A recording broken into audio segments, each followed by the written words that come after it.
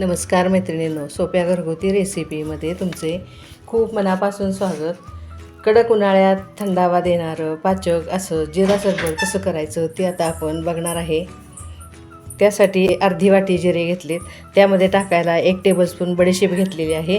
हा चाट मसाला 1.5 चमचा, 1 चमचा सुंठ पावडर आणि 1 चमचा हे सैंधव मीठ आहे आणि ही 1.5 वाटी साखर घेतलेली आहे. पहिल्यांदा आपण आता हे जिरे आणि बडीशेप एकत्र करून फक्त त्यामधलं मॉइश्चर कमी होईपर्यंत गरम करून घेणार आहे.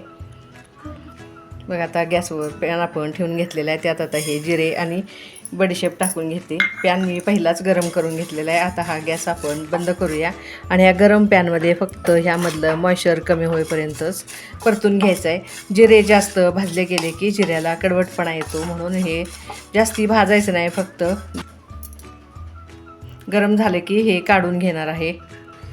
आता जिरे बडीशेप थंड होईपर्यंत आपण ह्या सरबतासाठी लागणारा पाक करून घेऊया. त्यासाठी ज्या वाटीनं जिरे मोजले त्याच वाटीनं हे 1.5 वाटी साखर आणि त्यामध्ये त्याच वाटीनं 2 वाट्या पाणी घालून घ्यायचं आहे.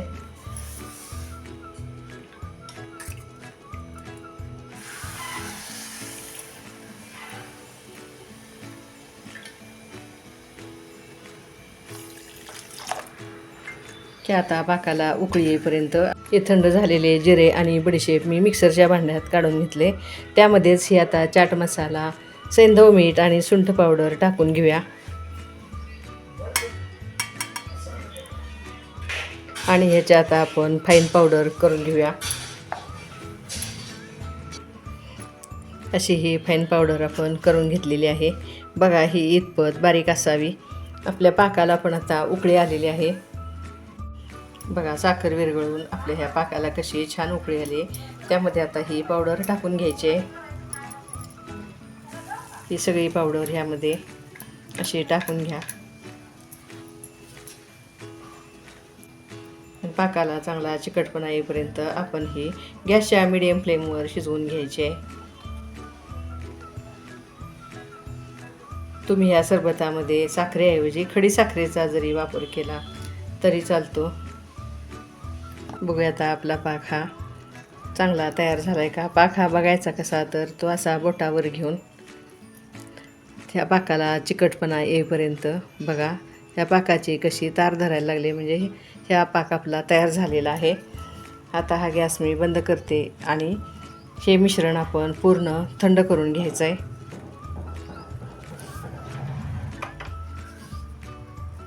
आता हे थंड झालेलं सिरप आपण गाळून घेऊया.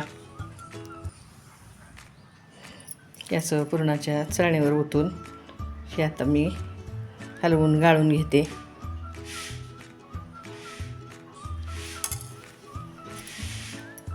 म्हणजे ह्यामधला जिऱ्याचा जो चोथा आहे तो वरती राहतो.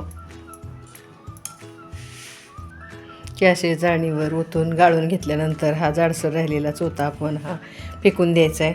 बघा हे सिरप कसं छान तयार झालेलं आहे. हे आता मी एका काचेच्या बरणीत भरून घेते.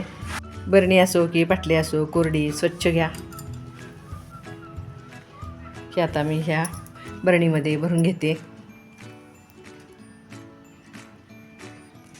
ह्या सिरपमध्ये आपण आता हे 2 लिंबू पिळून घेऊया.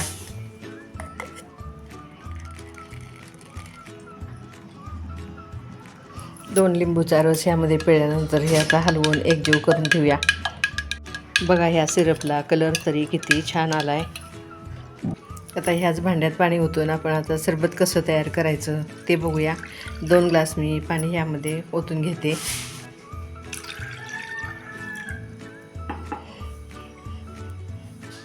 ह्यामध्ये आता ह्या बरणीमधलं 4 टेबलस्पून एवढं आपण हे सिरप टाकून घ्यायचं आहे.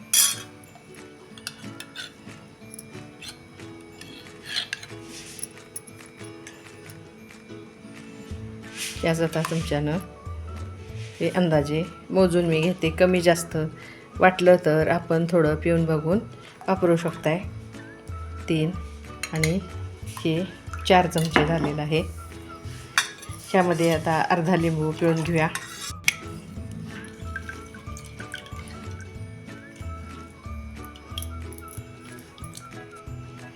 चवीपुरतं थोडं मीठ टाका. पुदिन्याची चार पानं ही अशी हातानं तोडून टाका.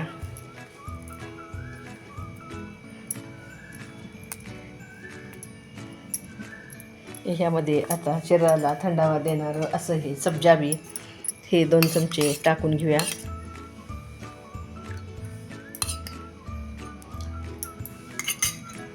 आणि हे सरबत प्यायच्या वेळेत ह्यामध्ये बर्फ टाकून घ्यायचा आहे.